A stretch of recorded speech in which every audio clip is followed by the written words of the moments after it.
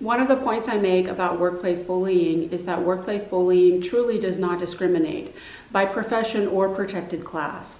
I have worked for 32 years in a variety of industries, ranging from low-wage, low-skilled jobs in retail and hospitality to intellectual white-collar professions like journalism, translation, travel, and education, and even technical and grant writing, and I was bullied throughout all of it. People have contacted me from McDonald's, people have contacted me from the big tech firms, and people watch this channel from all over the world. Some people come on here to comment, oh, that's just a bunch of catty bitches being catty. That's not true. Bullies come in all shapes and sizes, and so do targets. I have been bullied by male, female, old, young, black, white, gay, straight, all genders, ages, races, national origins, religions, green, purple, animal, vegetable, and mineral. It's true that according to YouTube analytics, most of my viewers are young women, and statistically we now know that so are most targets of workplace bullying. The reason for that is nothing but good old-fashioned, everyday, run-of-the-mill misogyny. Women in their 20s and 30s are of prime childbearing age, and there remains, buried deep in the collective unconscious, a belief to this day that women serve absolutely no evolutionary purpose other than reproduction and caretaking. And some people literally think like that, and they actually verbalize it. It's like, what are you doing here? Get back in the kitchen, barefoot and pregnant. Don't you know that you're supposed to just go get a rich husband? Also, financial freedom is equated with sexual freedom. And there's nothing in the world that LDE losers and incels hate more than the idea of a woman who can sleep with whomever she wants, because they can't do the same. However, I really try to avoid framing workplace bullying as the abuse of women by men, because I really think that the woman as victim narrative no longer serves us, and I think that does a grotesque disservice to all the male targets of workplace bullying who are abused by both men and women and who watch my videos and contact me every day. Workplace bullying truly cuts all across the board. I know that my viewers are just as diverse as my bullies.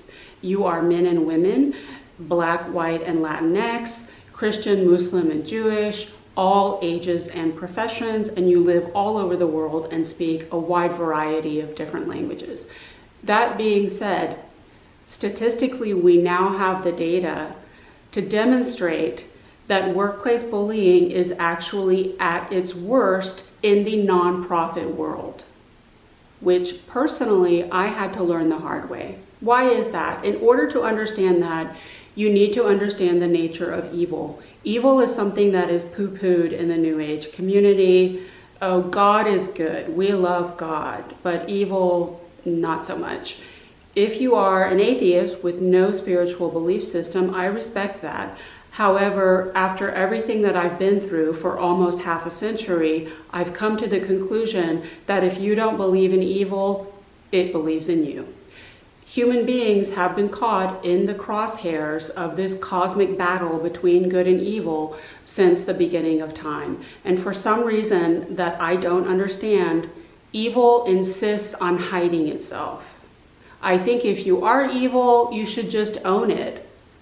Like, yeah, bitch, fuck yeah, I'm evil. But if you called any one of these people a bully or a narcissist, they would explode in violent indignation and outrage. The one thing that evil fears is exposure. I believe psychologists believe that most personality disorders and mental illnesses in general are the result of a combination of both nature and nurture. The nature component psychologists call temperament, but I call the astrological chart. I will be doing a video later on narcissism in astrology. With most of the cluster B psychopaths, sociopaths, and narcissists in our society, we can clearly see an obvious backstory. They are the result of childhood abuse, especially childhood sexual abuse. That's the big one. That's what creates the real monsters in this world. They grew up with a lot of violence, poverty, criminality. They were moved around a lot. There's often substance abuse. When you abuse drugs or alcohol, you exit the body. In fact, that's the point of addiction. This person is in pain and they don't want to feel, and feelings are stored in the body. That's why it's called the emotional body. Unfortunately, when you exit the body, you leave the body open for something unsavory to come in and take up residence. That's exactly what happened to the witch who was attempting black magic against me at the tutoring center. She literally told me that she had a drug and alcohol addiction.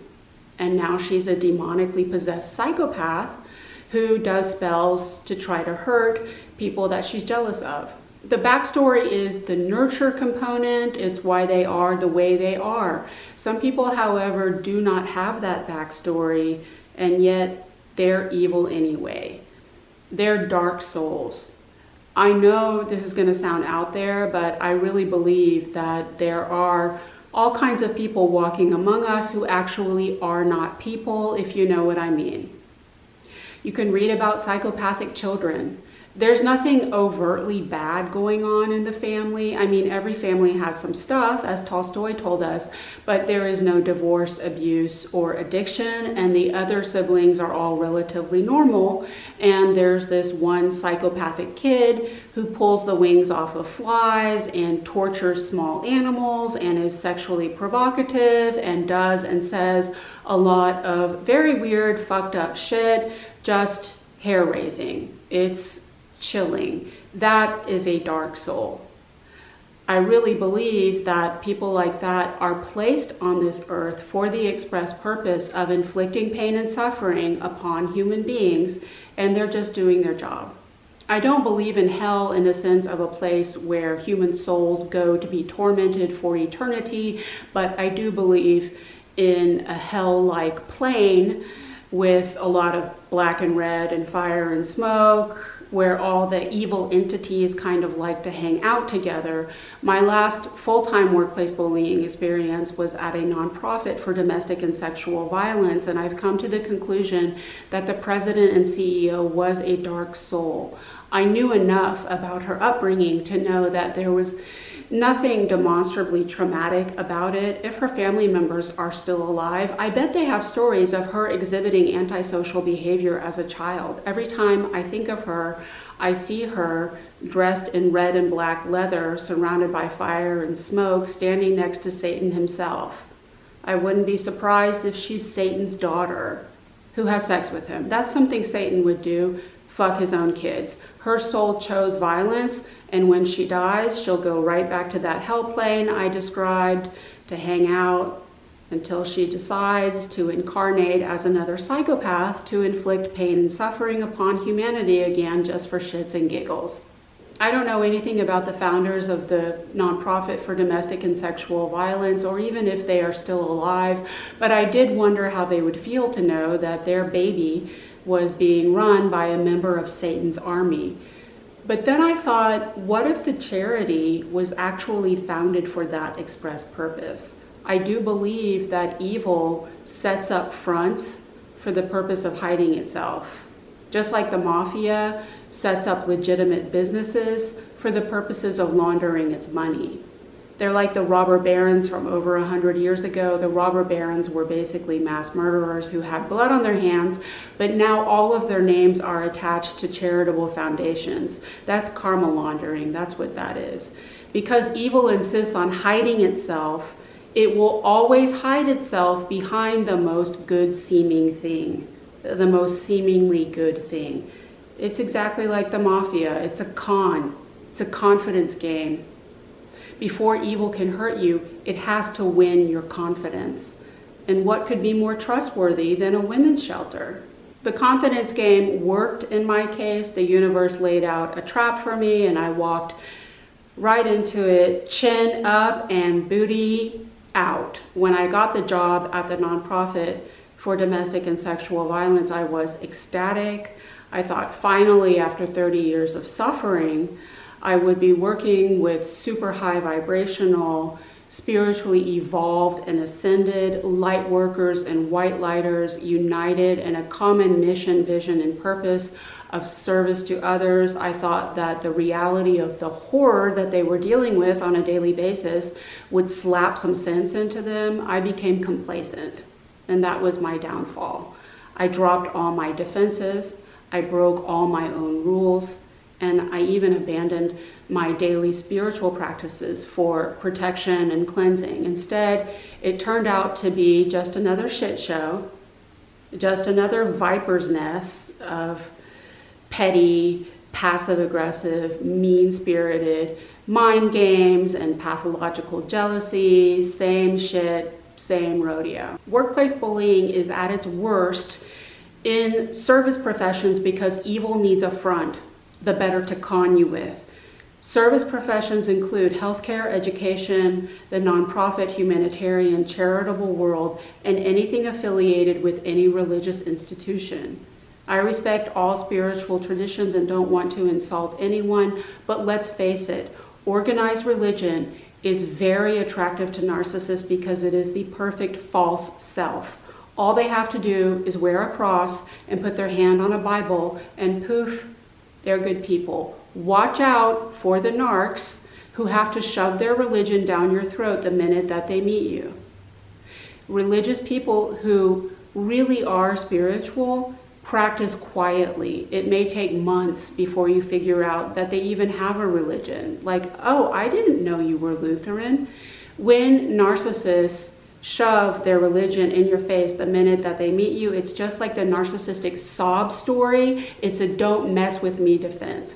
And it's not limited to Christianity. I have been bullied by narcissistic students who were Protestant, Catholic, Muslim, Jewish, and I even had one Buddhist student from Thailand who was an absolute nightmare. Some of the most abusive experiences I have had have been in religious institutions. If I subscribed to an organized religion, I would probably never set foot inside a place of worship, but just practice quietly at home with my family. Narcissists are very attracted to service and helping professions because they have a God complex, and we do place a lot of faith in authority figures, our doctors, our teachers, our clergy, as the gods in our society because they can never be questioned. Who would ever suspect someone who is feeding the homeless, supporting kids with cancer, or saving the whales of harboring evil? Statistically, we know there are a lot of sociopaths in education. There are a lot of good teachers who genuinely care about children. There are also a lot of bossy monsters who are power tripping off of telling other people what to do. I'm just saying this so you don't have to learn your lesson the hard way as I did. If you need the money, take the job, but you have been warned. If you are going to set foot inside an environment where people are pretending to do good, gird your loins. That is exactly the moment when you need to double up on your protection. Whatever it is you do, prayers, psalms, spells, crystals, creative visualization, whatever you do to protect yourself, you need to do even more of it. As the saying goes, the stronger the light, the longer the shadow. That perky, girly cheerleader with her annoyingly hysterical, sing-songy chirping, who totally violates everyone's boundaries with her serial hugging, that is the same demonically possessed psychopath who is going home and trying to destroy you with black magic. No matter what spiritual tradition to which you subscribe, I think most of us can agree that evil exists in this world because God allows it.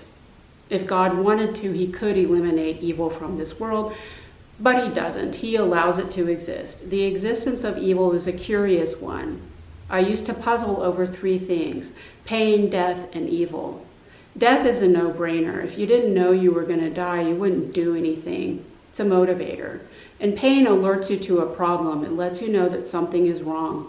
But evil, that one took me a while. I've come to the conclusion that evil is like gravity. It gives you something to work against. It's your resistance training. Diamonds can only be formed under intense pressure.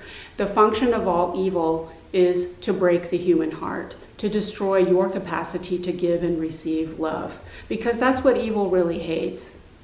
Satan is jealous of us because we are loved and he is not. But you ain't even got to worry about it. It's all an exercise in futility.